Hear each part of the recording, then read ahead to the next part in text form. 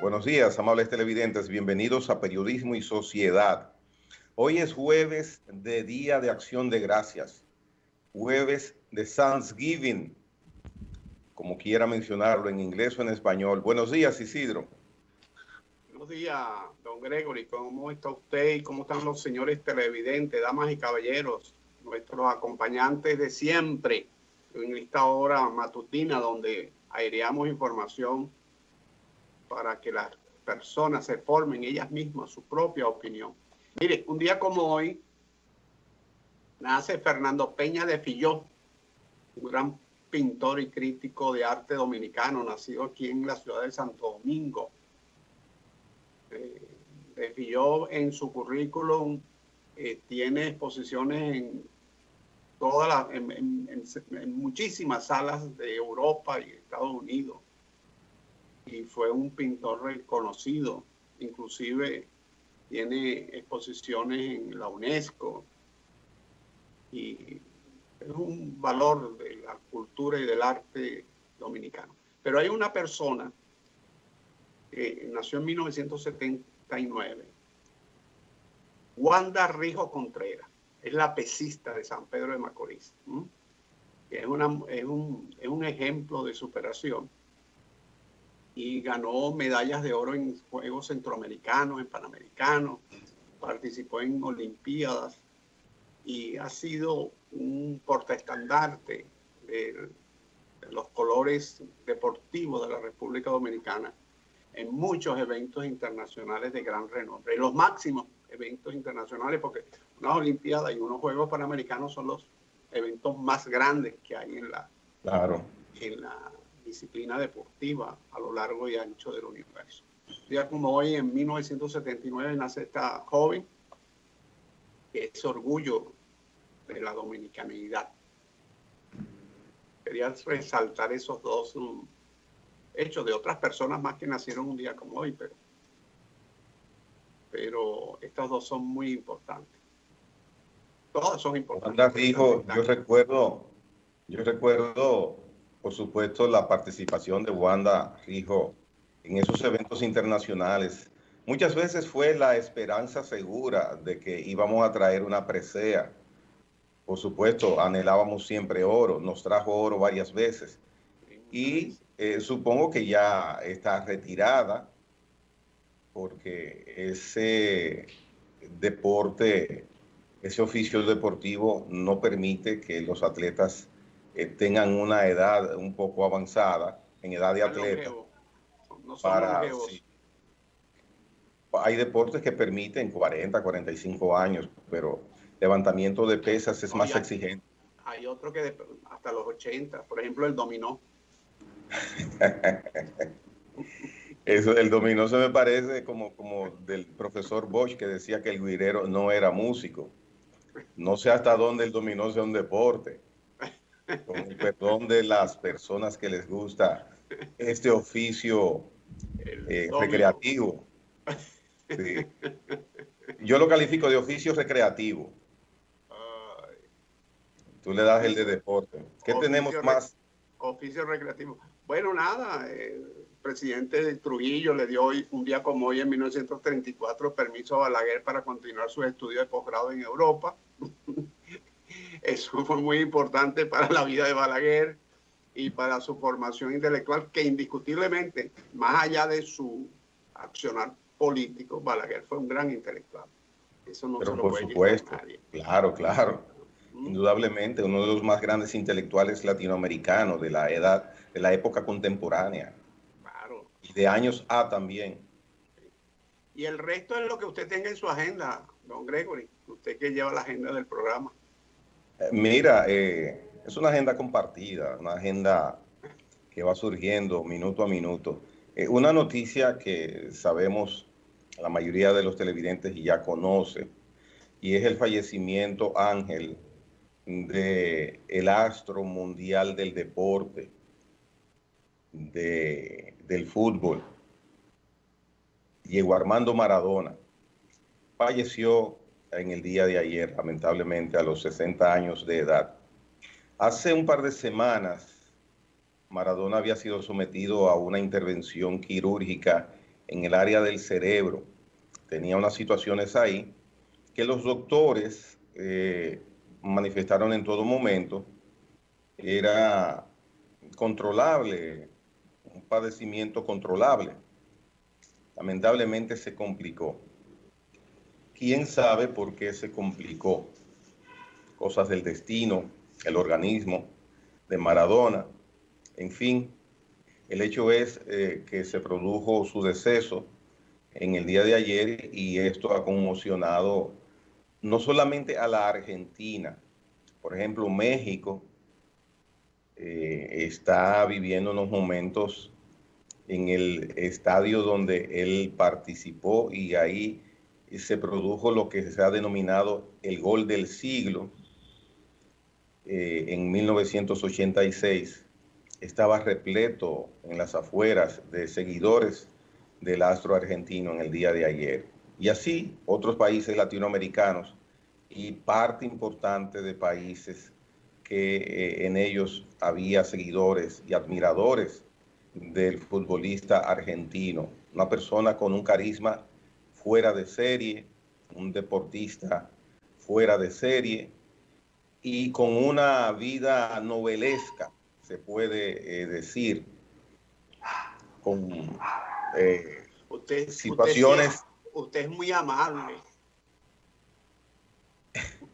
Situaciones que vivió en determinados momentos que acapararon la atención de los periódicos a nivel mundial, luego de las redes sociales. Y esa fue la vida de Diego Armando Maradona. Para mí, uno de los personajes más famosos del globo terráqueo en su momento y en toda la vida. Maradona, tú puedes mencionar que ha tenido una fama que lo puedes poner al lado de Fidel Castro, de Nelson Mandela, de quién más, de Pelé, Nelson Arantes do Nascimento, calificados como algunos. A mí me sorprende colocar en la misma sartén personajes tan variopintas. Estoy porque me refiero al carisma y a la popularidad. Yo colocaría dos sartenes distintos. Pero bueno, sí, cada quien usa la cocina como quiera, ¿verdad? Es que yo no puedo privilegiar a un personaje, por ejemplo, como Mandela, por decirte un nombre, con su popularidad, porque Maradona tuvo y tiene seguidores en todos los estratos sociales de distintos países.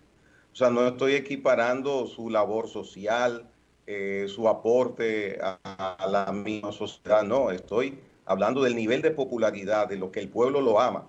Aquí nosotros tenemos artistas que en determinado momento han actuado inadecuadamente, pero sin embargo son líderes en popularidad. Y a eso es que me refiero, al impacto que en un pueblo, en una nación, producían estos personajes, independientemente a qué se dedicaban. Pero verdaderamente Maradona fue un hito a nivel mundial. Y eso lo podemos ver inclusive hoy viendo los noticieros internacionales y viendo los medios de comunicación, las redes sociales. Sí, Maradona, como futbolista, quizás igual o superior a Pelé. Quizás igual o superior a Pelé. Pelé fue sin igual. Y Maradona, en otro tiempo, creo que desde el punto de vista deportivo, increíble. Hasta ahí llego. Bueno, lamentamos el fallecimiento de Diego Armando Maradona. El PLD ayer tuvo una participación, su comité político tuvo una reunión y después de esto hubo una participación hacia la prensa donde fungió como vocero Francisco Domínguez Brito. Tuvo unas palabras dirigidas básicamente al gobierno que indica que ya verdaderamente hay un antes y un después de los 100 días, porque voy a leer un par de párrafos del comunicado que escrito leyó y comunicó al país y a la prensa el Partido de la Liberación Dominicana. Dice Domínguez Brito que en solo 100 días ha quedado demostrado que estamos ante un gobierno inexperto e incoherente, que promete una cosa y hace la contraria. Un gobierno elitista que se preocupa solo por los intereses de una clase.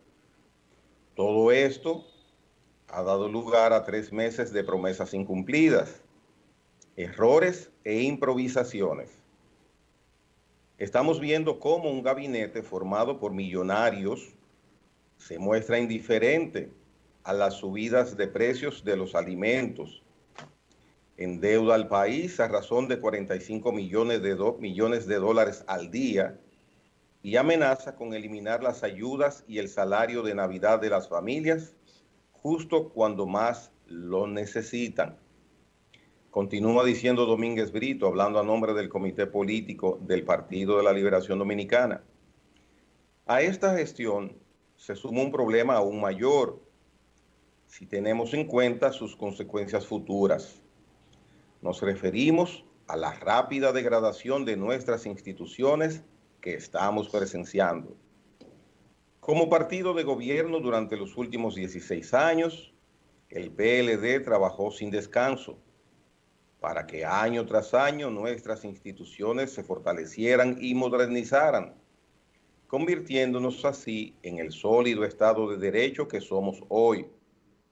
Estos cambios institucionales acompañaron el más largo periodo de la historia dominicana de estabilidad y crecimiento económico, atracción de inversiones, expansión de la infraestructura, transformación profunda de la educación, etcétera, etcétera, etcétera. Y por ahí continúa Domínguez Brito indicando los puntos que considera logros de los 16 años de gobierno del PLD en la nación dominicana.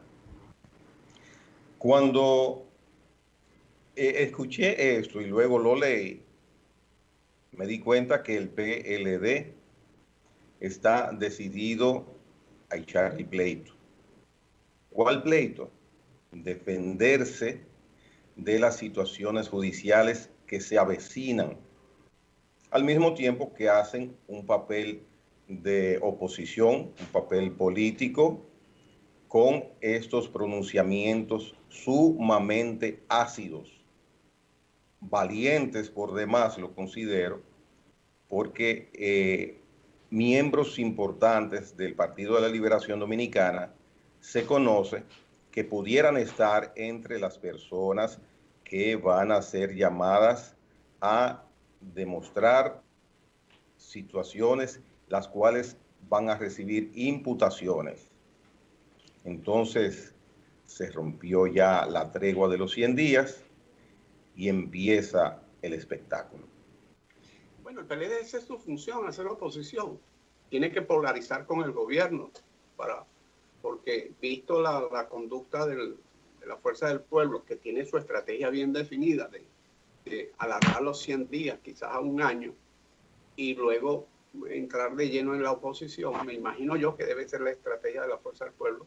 Ellos quieren desde el principio, como debe ser como principal fuerza de oposición, desde el punto de vista estructural, quizás uno tiene más senadores, tal, eso es coyuntural.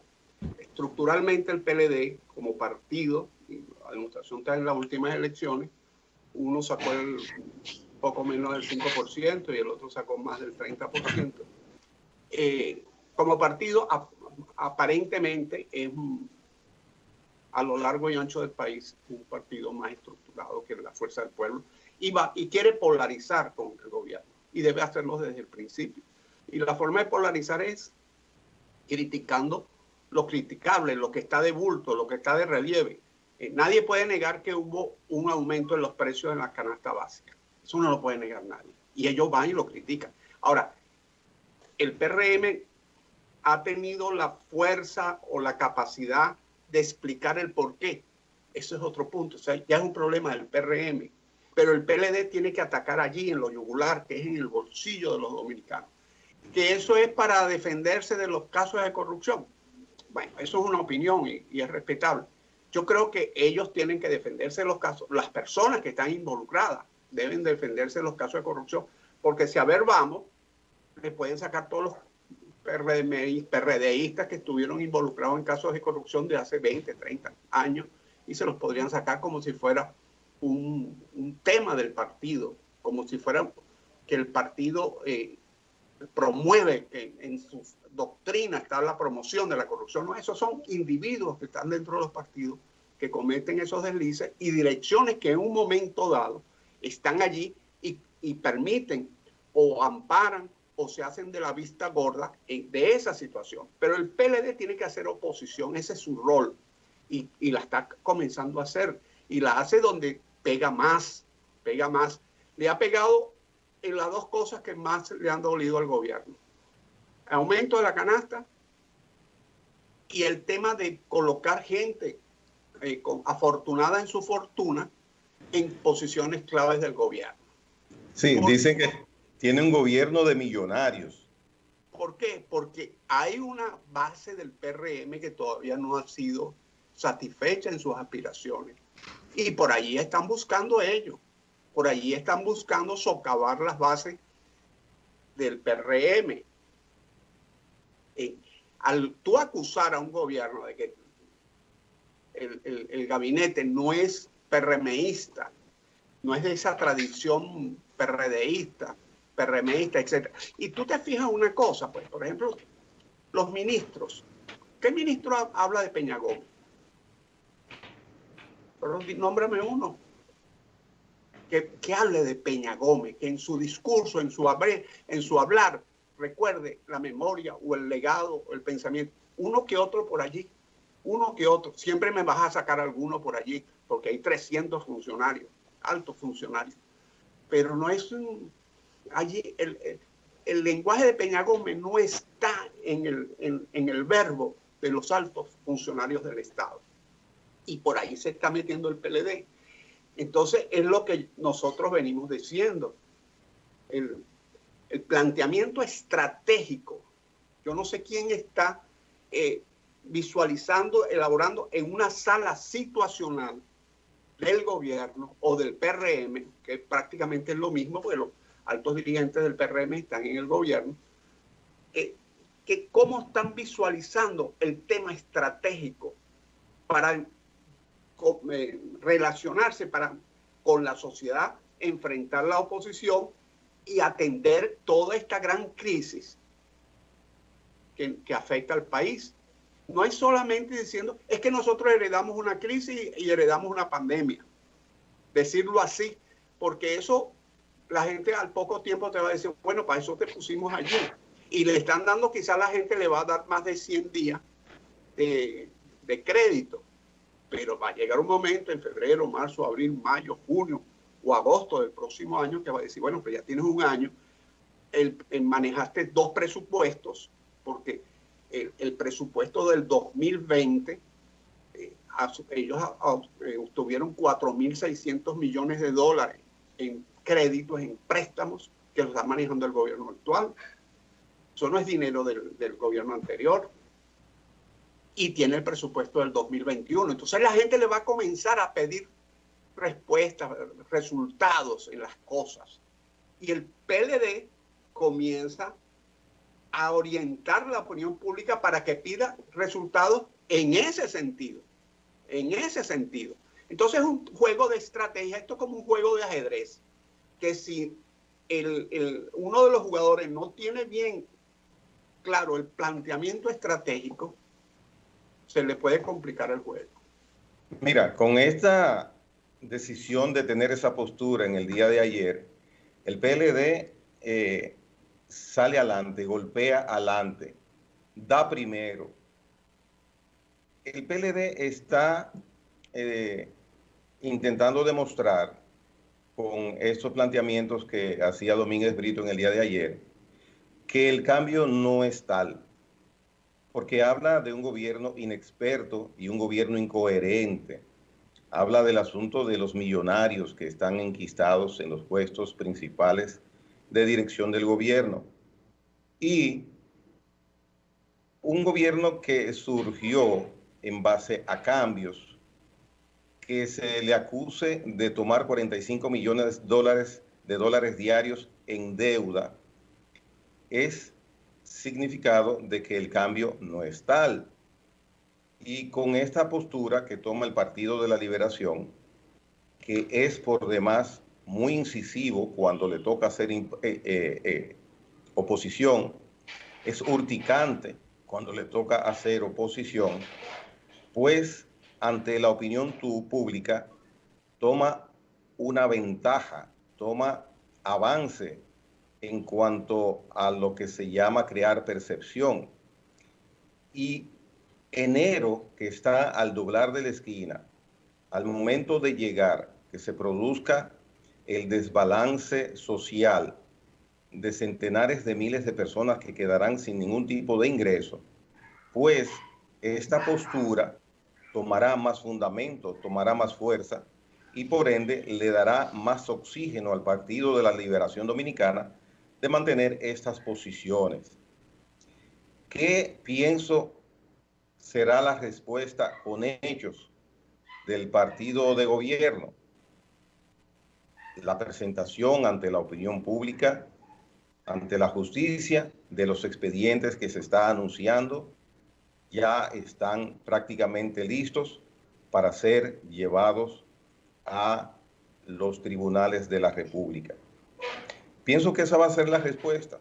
Veremos a ver en los próximos días si esta es la respuesta. Yo pienso que esa será, porque rebatir con palabras es muy poco lo que se puede hacer. Las palabras ya las hemos tenido por parte del presidente de la República, que a menudo se comunica con el país. Lo que tenemos que saber del gobierno, ya lo sabemos. Ayer el presidente estuvo en el grupo de comunicaciones Corripio, que sabemos tiene una gran cantidad de medios con mucha audiencia, y ahí él hizo una exposición de lo que ha sido y será su gobierno. O sea, lo que es obras de gobierno, lo que es promesa de gobierno, ya las conocemos.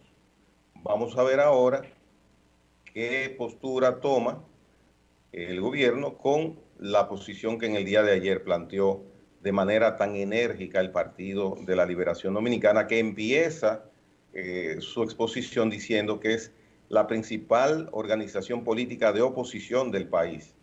Se cuidó en hacer esa aclaración. Pero es verdad. Porque los votos dicen eso. Los votos dicen eso. Eso es la verdad. Yo no soy del PLD y estoy muy lejos del PLD. Pero los votos dicen eso. Y antes de irnos a la pausa, que creo que estamos cerca de la pausa, sobre lo que usted dice es cierto. El gobierno va a presentar no el gobierno, la Procuraduría, el sistema de justicia va a presentar. Y fíjense que el presidente Abinader está demostrando que no es un político, sino de alto vuelo, no de un vuelo gallinacio, de eso que como los pollos que vuelan y caen a los 3 metros, 4 metros, sino es un político de alto vuelo.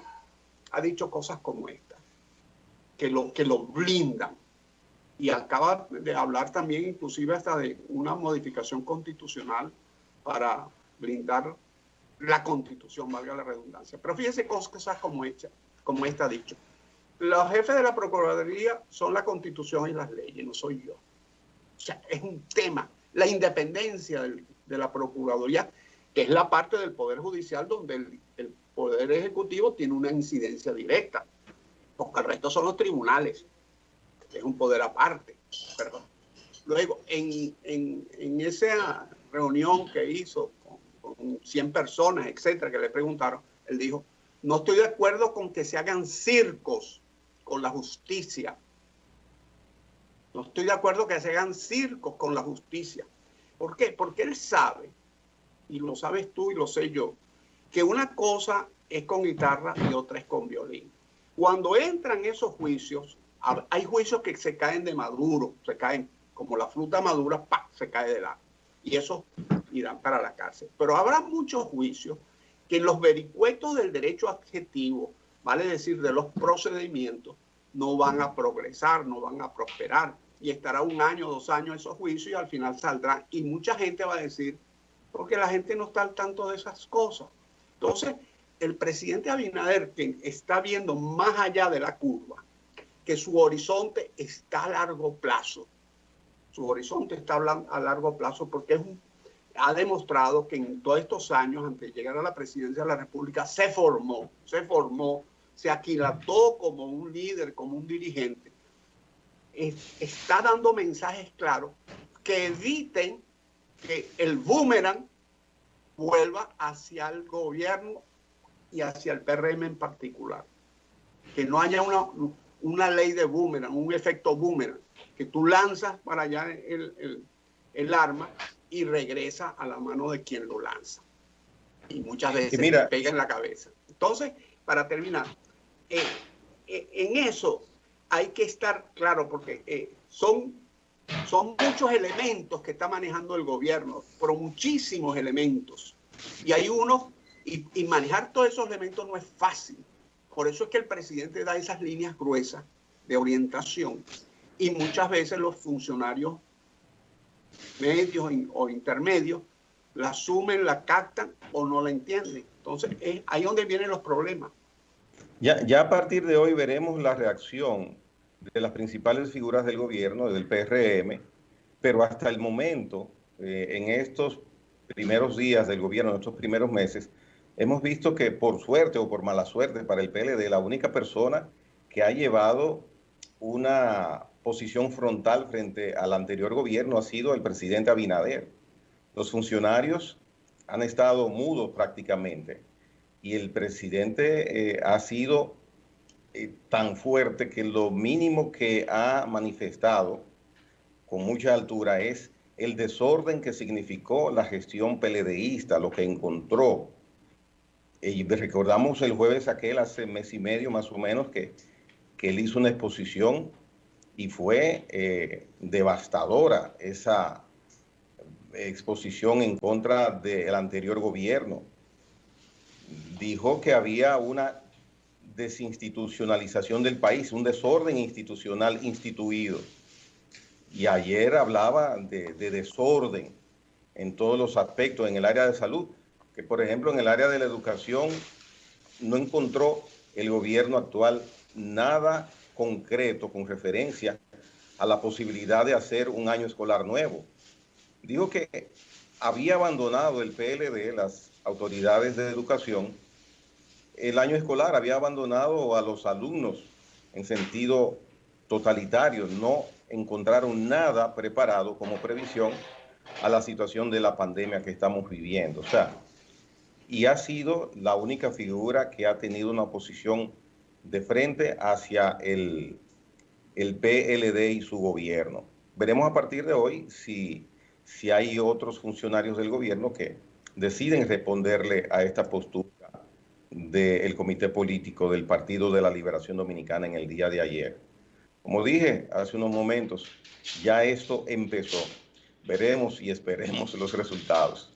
Ahora sí, vamos a la pausa. Esperemos que no estemos 4 años hablando solamente de política y hablemos de cosas productivas para el país. No nosotros, sino la sociedad en general y los medios de comunicación en general. Desde luego. Desde luego. La pausa viene ahora.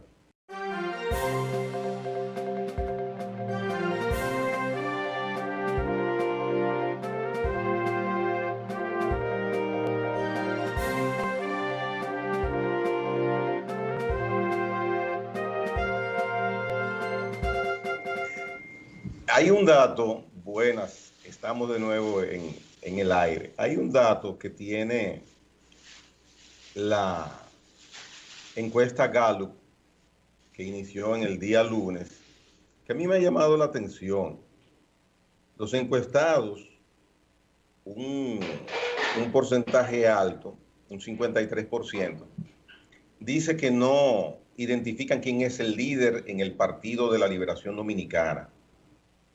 Y eso me llama la atención, porque sea líder, dueño, cabeza, representante mayor, indudablemente es Danilo Medina, a la salida de Leonel Fernández. Pero entonces Danilo Medina aparece en la encuesta Gallup con un 42% identificado como líder de esa organización política. Un 42%. Y los demás, un 1%, un 0 punto tanto por ciento. Pero son encuestas y la Gallup es una encuesta de mucho renombre, muy bien acreditada. Ahora, ese resultado yo me lo encuentro inexplicable para mí, de que no hay una identificación plena, clara, de que el líder del PLD hoy es Danilo Medina, en un porcentaje absoluto. ¿Será que están confundiendo la palabra líder con candidato presidencial?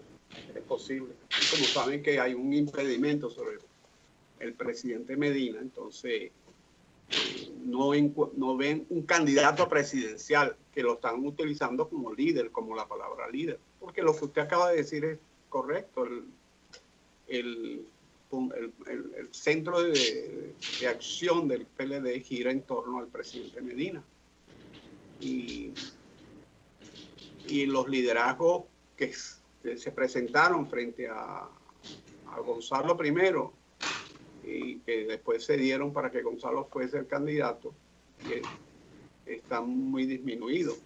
Yo sí creo que el PLD debe promover una cantidad de gente intermedia de 40, 45 años, el alcalde de Santiago, este muchacho Juan Ariel, no recuerdo el apellido, y así sucesivamente gente como el Paz, que fue candidato a senador, que tiene mucha gente que debe promoverlo, porque eso le haría un beneficio no solamente al PLD, sino a la democracia dominicana.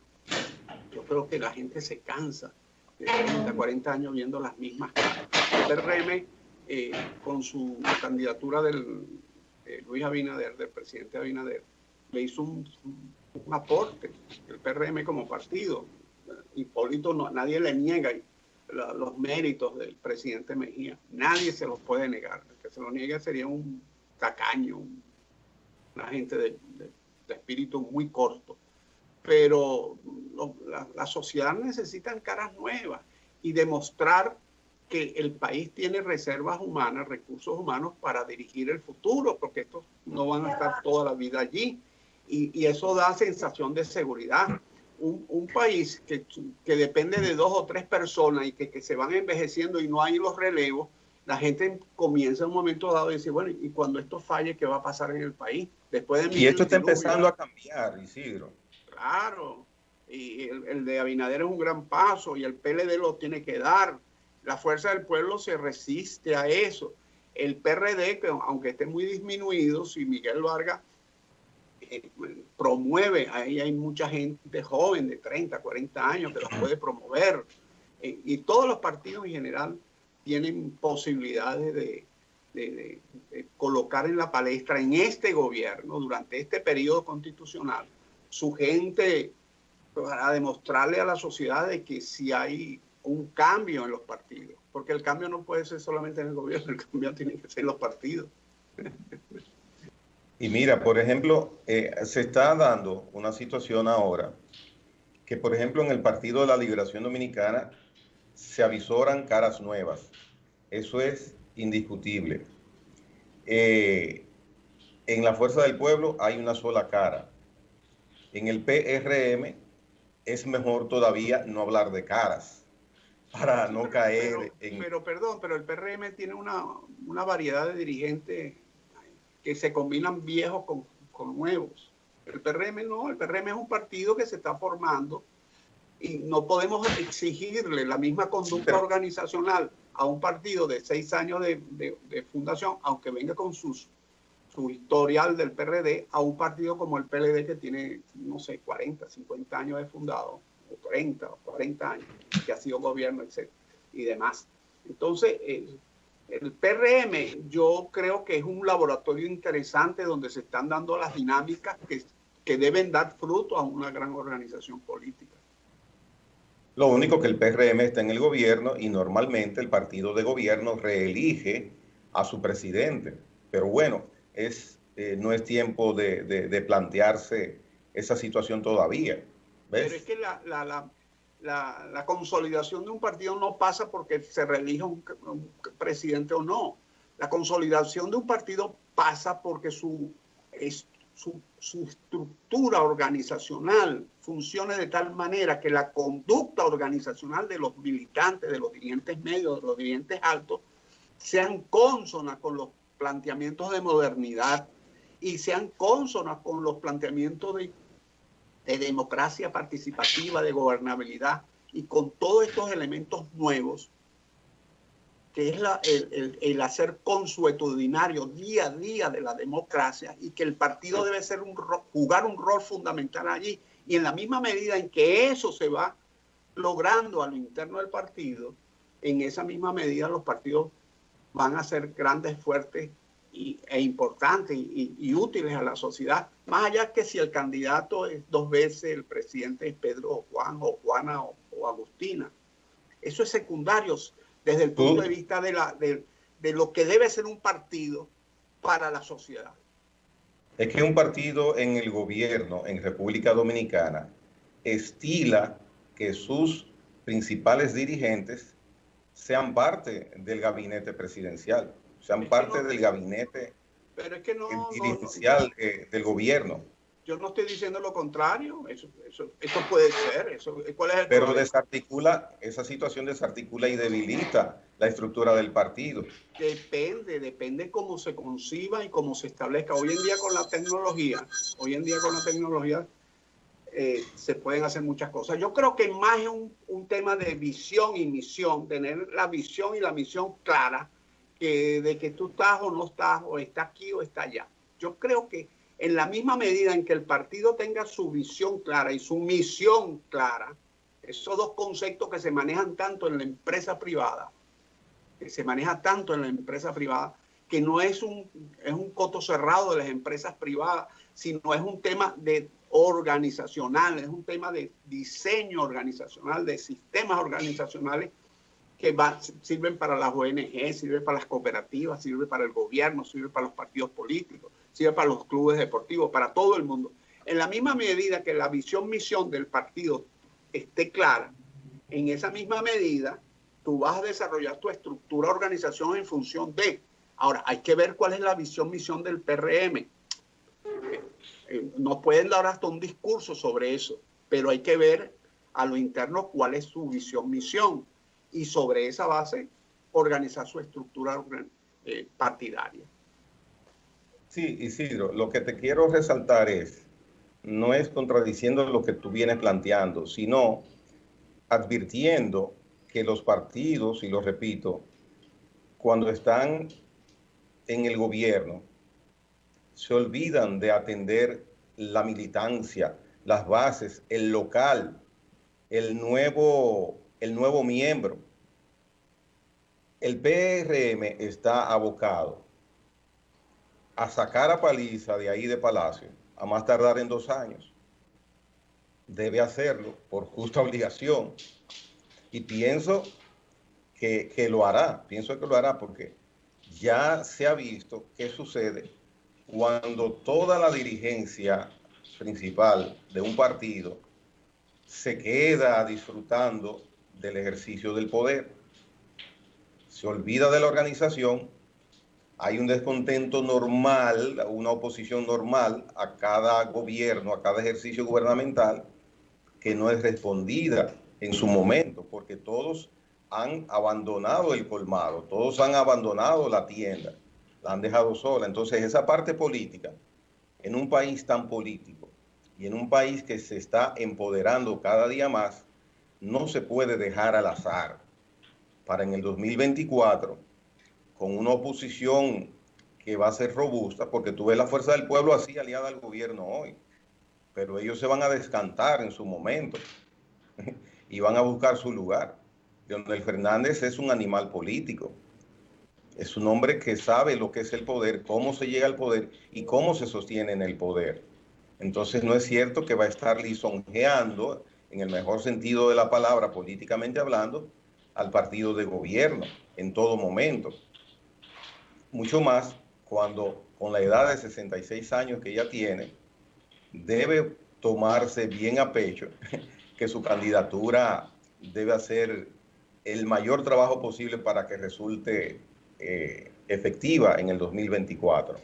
Y el PLD ni que hablar. Ahí hay candidatos que desde ya empezaron. Hay 3 que ya empezaron a hacer su campaña. Entonces se le cuesta al PRM atender su tienda, pero tiene tiempo ahora, 1 o 2 años, y después devolver los generales comandantes a presidir de nuevo el PRM fuera del gobierno. La primera dirigente que yo recuerdo, que dio unas declaraciones, del PLD, perdón, del PLD, unas declaraciones en función de su partido, etcétera, fue la ex vicepresidenta de la República. Que yo le dije a mi esposa, habló doña Margarita, ¿cuándo habló? Ha hablado poco, Sí, después de eso no ha hablado, pero comenzando la oposición, recién inaugurado el gobierno, ella dio unas declaraciones muy ligeras en el sentido de que llamaba a la unidad del PLD y que todos unidos volveríamos al poder, etcétera, etcétera, etcétera. Yo le dije a mi esposa, le dije, yo creo que doña Margarita perdió su oportunidad. Su oportunidad era esa declaración, decirle a las bases y a los dirigentes del PLD, yo soy la persona que va a llevar al PLD de nuevo al poder. Yo soy el garante de ganar las próximas elecciones y asumir un rol activo dentro del PLD. Lo que sucede es que para eso hay que tener fuerza espiritual. Mira, yo pensé en eso mismo, que hay que tener fuerza espiritual, no pensé en más nada. Eres muy funny, como dicen los americanos, Isidro. Eres muy funny.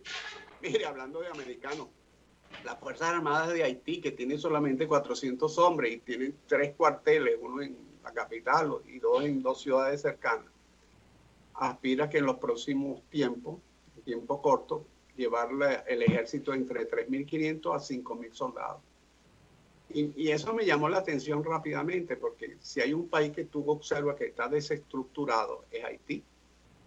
Y independientemente del gobierno, que ejerce una fuerza organizativa dentro de la sociedad, hay instituciones que pasen lo que pasen los gobiernos en nuestros países, es así.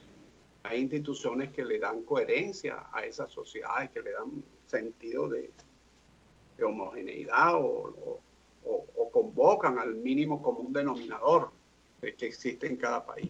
En nuestros países es la Iglesia Católica. La Iglesia Católica ejerce mucho ese rol, esa función. Y la otra es las Fuerzas Armadas. Las Fuerzas Armadas en nuestros países, que tiene esa herencia patriótica, que tiene ese halo histórico de las luchas por las independencias en nuestros pueblos y en Sudamérica muchas veces las luchas entre países, Chile contra Bolivia, Bolivia contra Ecuador, Perú contra Ecuador, así sucesivamente.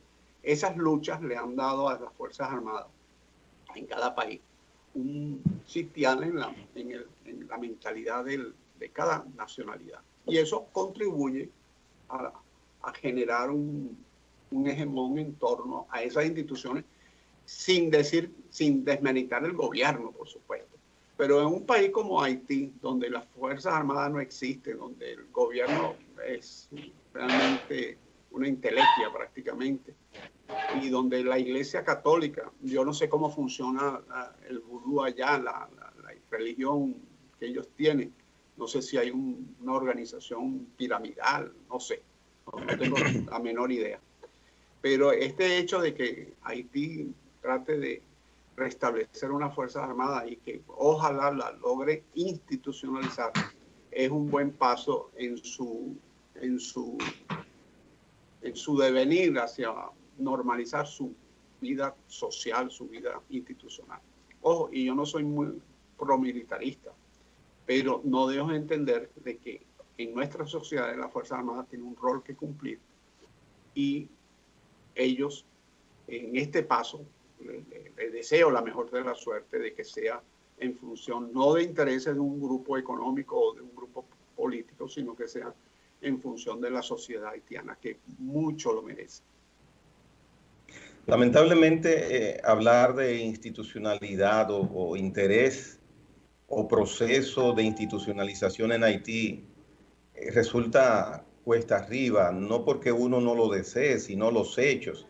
Lamentablemente, yo pienso que Haití solo, sin una ayuda exterior, no podrá lamentablemente lograr estabilizarse, cohesionarse internamente, porque hay muchos factores que inciden en que esa inviabilidad de vida, de tú formalizar cualquier aspecto de esa sociedad, es muy fuerte. Hasta mencionando el vudú, ¿por qué no? Ese tipo de cultura, de religión, de costumbre, hace que esos hermanos, esos seres humanos, se comporten de una manera totalmente difícil de cohesionar, de encarrilar. Eso es lamentable, es un hecho. Es lamentable, lo repito varias veces. Y nosotros tenemos una carga muy grande con Haití.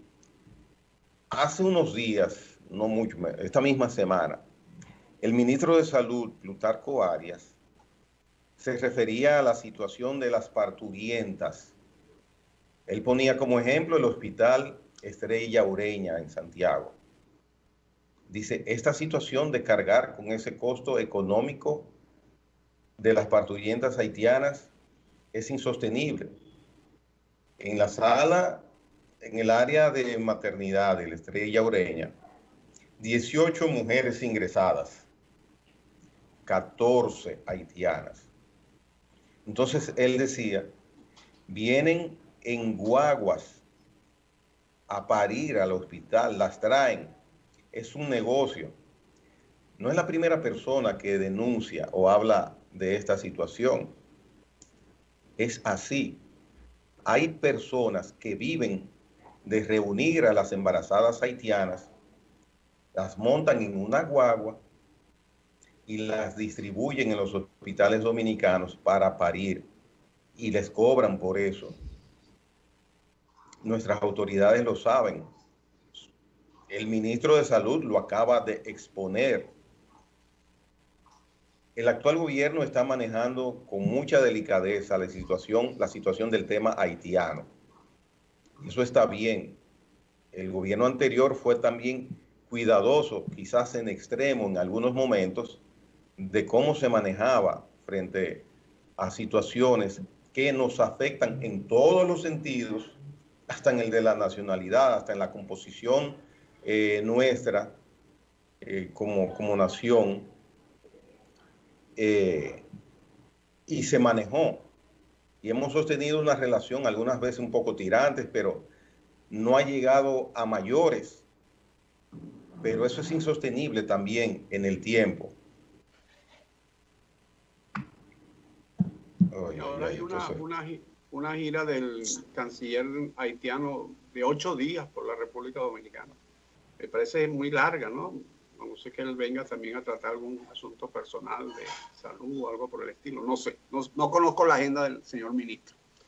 Pero lo cierto es que el primer paso va a ser una reunión con el canciller dominicano y me imagino que tratarán muchos temas bilaterales. Lo cierto que... Y esta situación que vivimos, que padecemos de carga económica social con respecto a nuestro vecino Haití, se está extendiendo en el tiempo, va creciendo en el tiempo. Y la diplomacia motiva a ser prudente, pero todo tiene un punto. Entonces, mientras más crece este peso sobre nosotros, esta carga sobre nosotros, que tenemos nuestros problemas, el desenlace concreto a normalizar esta situación, yo ahora mismo no lo tengo claro, porque ha cogido mucho cuerpo lo que estamos viviendo hace decenas de años con los haitianos. Mire, me permito cambiar rápidamente el tema porque creo que nos quedará un minuto a lo sumo. Un centenar de ballenas pilotos murieron varadas en Nueva Zelanda. En una isla del sur de Nueva Zelanda, que es un parque nacional, se vararon alrededor de 100 ballenas en la costa. Cuando llegaron los rescatistas, había unas 26 todavía vivas. Muchas de ellas fueron sacrificadas porque ya la costa, el mar cercano, estaba plagado de tiburones blancos, y devolverlas al mar era prácticamente lanzarlas a los tiburones. Todas estas cosas medioambientales la humanidad debe revisarlas, y los estados, los gobiernos deben revisarlo, porque lo que está sucediendo no es bueno, sencillamente, no es bueno, es el tema ambiental. Bueno, nos dicen que se acabó el programa, así que será hasta mañana. Creemos Si que Dios quiere, nos tengamos vemos mañana. Tengamos a Don Licho que nos acompañe. Claro.